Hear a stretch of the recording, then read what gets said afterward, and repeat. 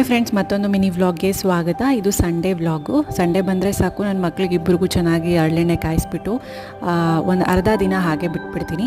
So ನಾನು ತಿಂಡಿಗೆ ಶಾವಿಗೆ ಬಾತ್ ಮತ್ತು ಮಧ್ಯಾಹ್ನಕ್ಕೆ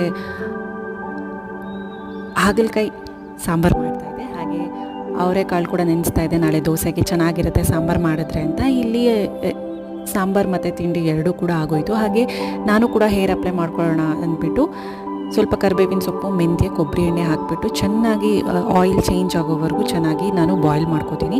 ತುಂಬಾ ಚೆನ್ನಾಗಿರುತ್ತೆ. 1-2 ಅವರ್ಸ್ ಆದರೂ ಬಿಟ್ಟು ಸ್ನಾನ ಮಾಡ್ಬೋದು, ಇಲ್ಲ ಹೋಲ್ ಡೇ ಬಿಟ್ಟು ಆದರೂ ಸ್ನಾನ ಮಾಡ್ಕೋಬೋದು. ಸೊ ಸ್ವಲ್ಪ ಶಾಪಿಗೆ ಹೋಗೋದಿದೆ ಲಕ್ಷ್ಮೀ ಹಬ್ಬಕ್ಕೆ. ಸೊ ಇದ್ರದ್ದು ಸಂಡೇದು ವ್ಲಾಗ್ ಏನಿದೆ ರಿಲೇಟಬಲ್ ವಿಡಿಯೋ ಕೂಡ ನಾನು ಮೆನ್ಷನ್ ಮಾಡಿರ್ತೀನಿ. ಹಾಗೆ ಮಿನಿ ವ್ಲಾಗ್ ಇಷ್ಟ ಆದರೆ ಲೈಕ್ ಮಾಡಿ. ಮಧ್ಯಾಹ್ನ ಊಟ ಮಾಡಿಕೊಂಡು ಹೋಗೋಣ ಅಂತ. ಸೊ ಅಲಸಂಡೆ ವಡೆಗೆ ನೆನೆಸಿದ್ರು ಅಮ್ಮ. ಸೊ ಅದನ್ನೆಲ್ಲ ಹಾಕ್ತಾಯಿದ್ನಿ ಡೀಪ್ ಫ್ರೈ ಮಾಡಿಬಿಟ್ಟು.